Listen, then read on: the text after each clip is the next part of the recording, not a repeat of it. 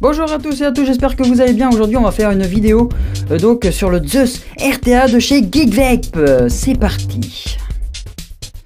Donc dans le packaging on va y retrouver l'atomiseur Zeus, un Pyrex de remplacement,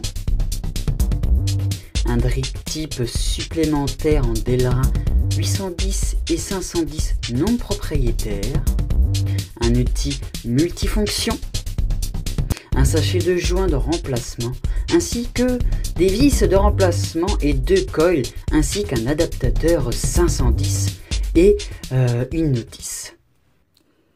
Donc cet atomiseur fait 45,5 mm de haut, 25 de diamètre, d'accord, fait une contenance de 4 ml. C'est un plateau postless en monocoil que je vais vous montrer tout de suite. Vous avez juste à visser donc la base qui est ici, d'accord. Et donc voici donc notre plateau, voilà. Donc on va voir ça de plus près après. Ici, on va y retrouver donc la cloche avec un système que je vais vous montrer après par rapport déjà aux airflow, en fait le fonctionnement de l'air. Hein. De toute façon, rien de compliqué. L'air va passer ici et ici en haut, voilà. Et hop, l'air va passer dans le côté de la cloche comme ceci, voilà, et qui arrivera en fait juste ici pour taper directement sur le coil qui sera en travers ici. De toute façon, je mettrai des petites photos, soit ici, soit à côté, ça dépendra. Voilà. Donc, je vais remonter ça et on va découvrir la suite. Donc ici, on va y retrouver un drip type en Delrin 810 qui est ici. Voilà, donc voilà à quoi ressemble ce drip type. Voilà, donc vous pouvez toujours mettre un autre drip type, celui que vous voulez, hein, d'accord, il n'y a pas de problème. Hop. Donc ici, c'est le top cap. Hein, vous tenez ici avec votre pouce et votre doigt ici. Vous tournez juste une seule fois, vous entendez un petit clic et le top cap se démonte tout seul. Et ici, donc, on va y retrouver ici les entrées de liquide. Hein, c'est là que vous allez mettre votre liquide. Le fonctionnement du top cap, il est tout simple. En fait, comme vous pouvez le voir sur cette petite partie qui est ici, on va y retrouver en fait des petites rainures ici avec une butée juste ici. Pareil de l'autre côté. Hein, là, ça fait une petite rainure et ici, toc, vous avez une butée. Et ici, vous avez deux petits creusements qui va laisser place en fait à ces deux petites butées que vous voyez à l'intérieur. Donc vous posez ici, vous tournez, voilà, et ça ne bougera pas. Et donc, pour remplir, hop, vous avez juste à tourner, retirer, et vous pouvez remplir. Donc ici, vous avez la bague d'airflow qui est réglable. Hein. Alors au début, elle est un peu dure, mais elle va s'y faire avec le temps. Hein. Donc plus vous fermez, moins il y aura de vapeur. Plus vous ouvrez, plus il y aura de vapeur. C'est logique. Voilà. Donc rien de compliqué. Maintenant on va passer au démontage de la cage pour voir comment remplacer le Pyrex. Donc pour le démontage de la cage et du Pyrex, il faudra tout d'abord enlever votre plateau, la base. Hein. Donc on dévisse en bas, toc. Ensuite vous allez tenir sur la bague d'airflow et le top cap et vous allez tourner cette petite partie ici. Voilà.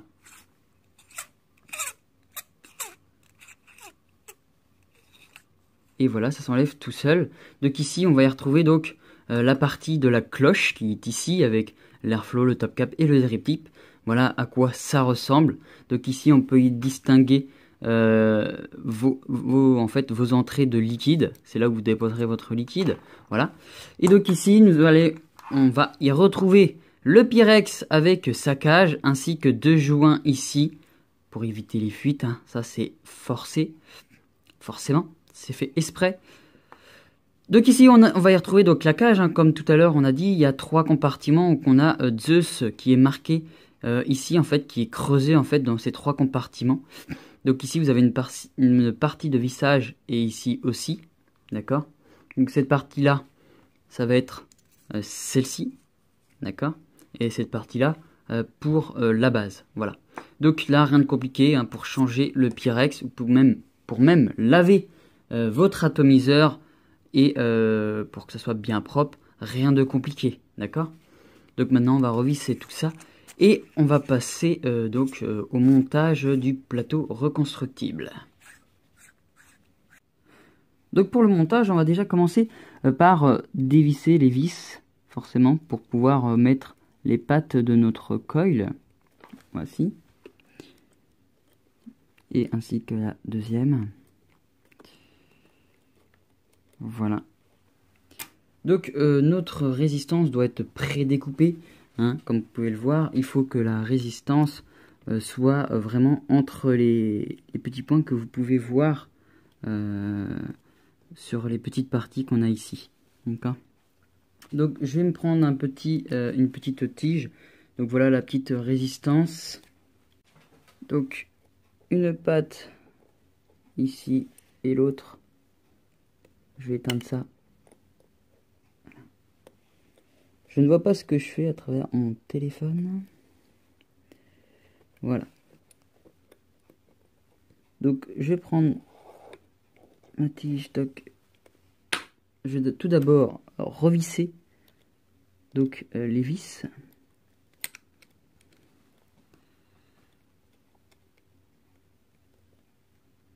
Voilà.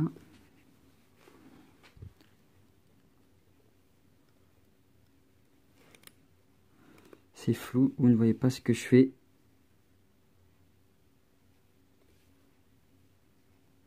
Voilà, c'est beaucoup mieux comme ça.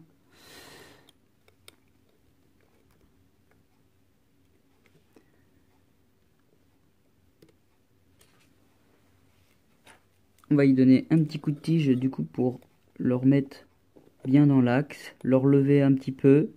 Voilà. Et visser beaucoup plus fort pour que les coils aient une bonne connexion avec la base. Les plots positifs et négatifs. Voilà.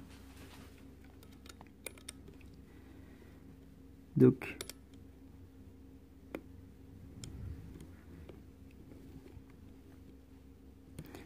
voilà, on serre bien. Un petit coup de tige ici. Caméra, voilà. Donc on remet ça bien là, comme ça. Hein, il faut être patient quand on fait ça. Avoir quelque chose de joli et de propre. Voilà. Donc maintenant on va regarder ça. On a une résistance détectée à 0,38. Donc ça m'a l'air correct. Maintenant on va passer au rodage. On va faire chauffer tout ça pour voir qu'est-ce qu'on doit faire. Apparemment il n'y a pas grand chose à faire parce qu'il chauffe nickel. Donc c'est parfait ça. On va juste lui redonner un petit coup de brosse. Un petit coup de pince aussi pour élargir un petit peu, espacer les spires. Hein. C'est ça que je voulais dire. Donc ça m'a l'air correct. Hein. On va juste enlever un petit peu.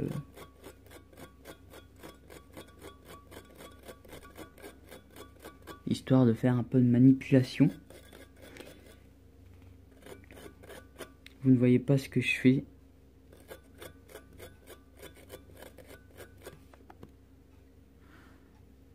Et il chauffe nickel. Hein. Faut savoir qu'un coil, il faut qu'il chauffe de l'intérieur jusqu'aux extrémités.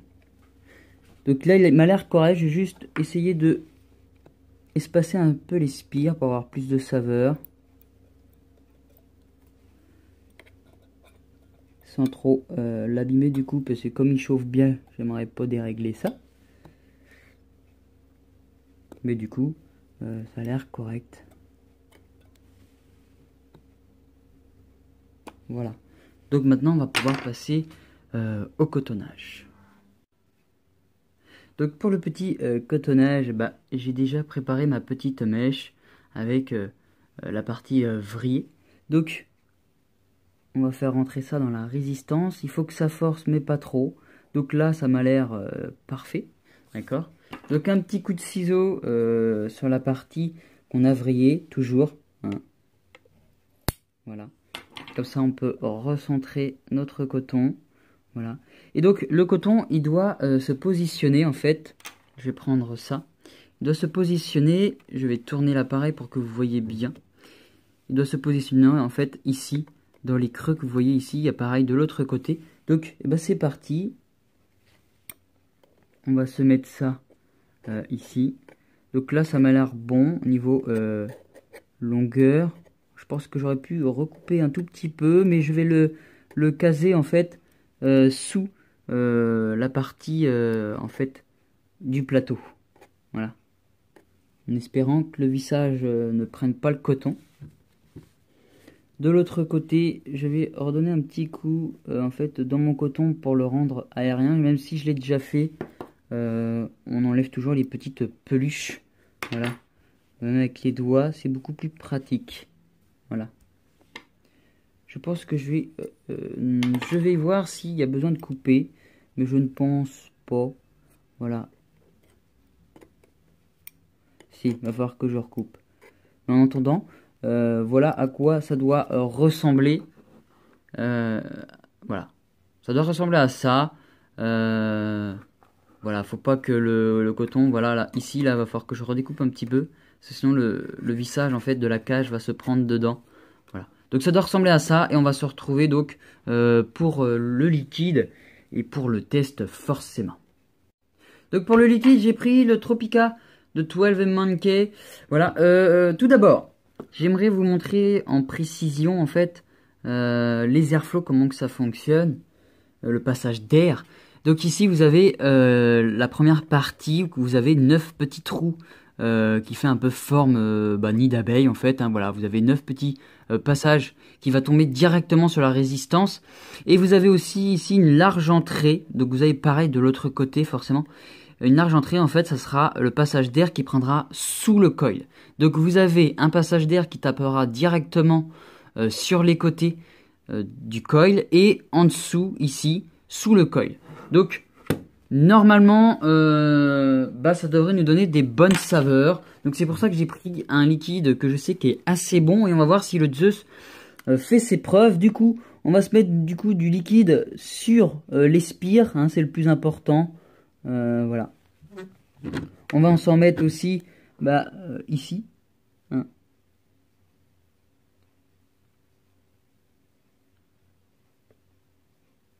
Voilà, pour que notre liquide soit notre coton soit bien imbibé assez rapidement pour faire le test assez rapidement du coup. Voilà. Donc j'imbibe ça et on se retrouve pour le test. Donc nous voilà pour le test. Hein, j'ai monté ce petit Zeus donc sur ma switcher. Voilà. Donc le remplissage, rien de compliqué. Un petit coup comme ça, paf. On tire et puis on peut remplir. Donc c'est parfait. En plus on peut mettre jusqu'à 4 ml de liquide. Alors faites attention parce que le liquide gras, comme là c'est un liquide gras que j'ai mis, ça a du mal à passer. Hein. Donc il faut bien appuyer sur la fiole pour que ça passe. Voilà, j'adore cet atomiseur. C'est vraiment une très très belle pièce. Ouais, franchement, je sais qu'il est sorti il y a quelques temps. En fait, je crois que ça fait à peu près 3 mois qu'il est sorti. Mais je tenais vraiment à faire une vidéo là-dessus parce que j'adore cet atomiseur-là. C'est une très belle pièce et ça fonctionne vraiment très bien. Donc déjà, là, je suis donc à 38 watts. Voilà, donc on va tester ça à 38 watts. Faut savoir que c'est pas les résistances qu'il y a dans le pack qui est à l'intérieur de l'atomiseur comme vous avez pu le voir.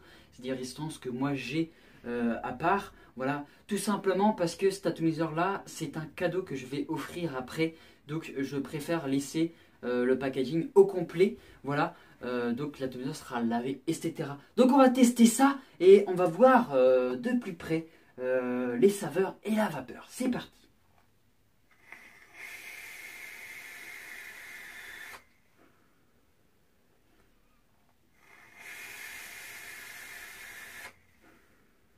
Donc comme vous pouvez le voir, belle vapeur, hein. On a des beaux nuages de vapeur, donc ça c'est plutôt pas mal. Après niveau saveur, on n'est pas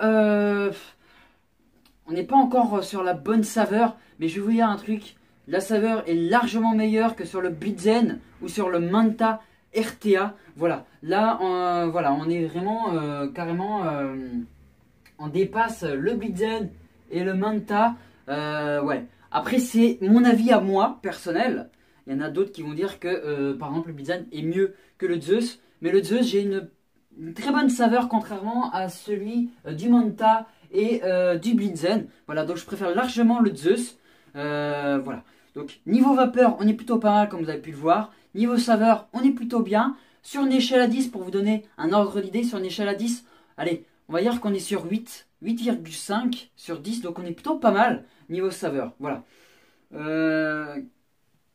On va faire une petite conclusion du coup sur cet atomiseur là. Déjà d'une, ça c'est mon cas personnel, j'aime vraiment son aspect général, le physique de l'atomiseur, hein, il est très pratique. Déjà d'une, pour le remplissage, rien de compliqué, vous tournez comme ceci, vous enlevez et vous pouvez remplir. Voilà, très simple.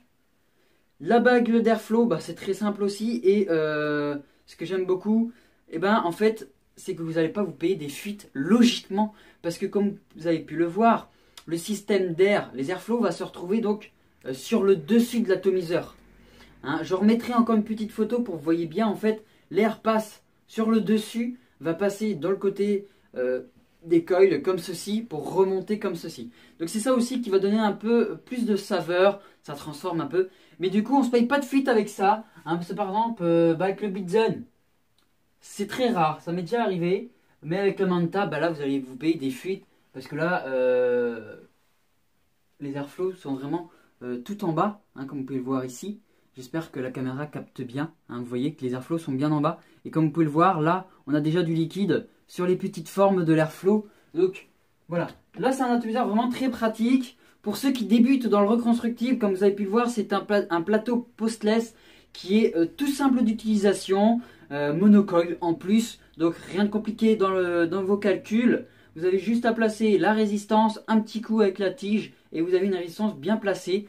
Et ça marche du tonnerre. C'est le cas de le dire. Zeus, ça fait une très jolie pièce qui lance bien.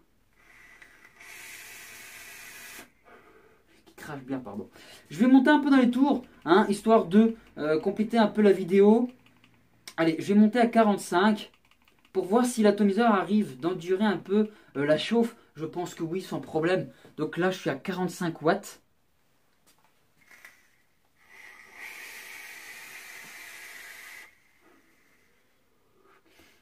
Donc je me suis pris un petit coup de chauffe là, ça s'appelle un Dreit.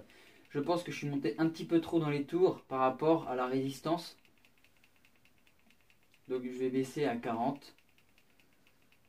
Voilà, 40. Dreit en live vidéo. Voilà.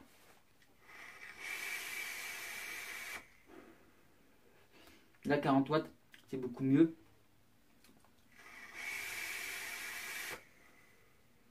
Donc, comme vous pouvez le voir, on a une bonne production de vapeur, donc ça c'est vraiment juste génial. J'adore cet atomiseur.